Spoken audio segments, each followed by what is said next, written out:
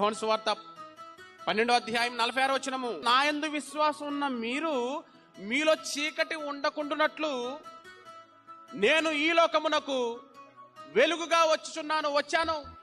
ఈరోజు ఆ వెలుగే అక్కడక్కడ కుటుంబాలను వెలిగిస్తున్న వెలుగదే.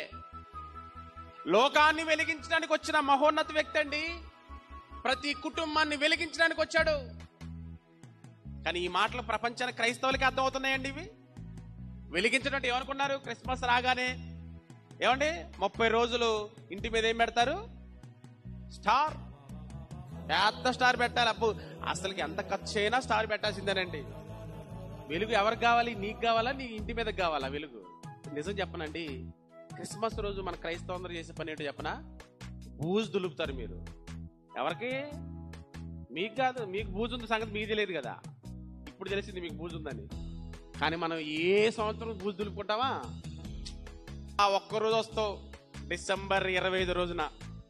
ప్రేమణ దేవుని వాళ్ళారా, ఈరోజు క్రైస్తవ కుటుంబాలలోని వెలుగు లేవండి.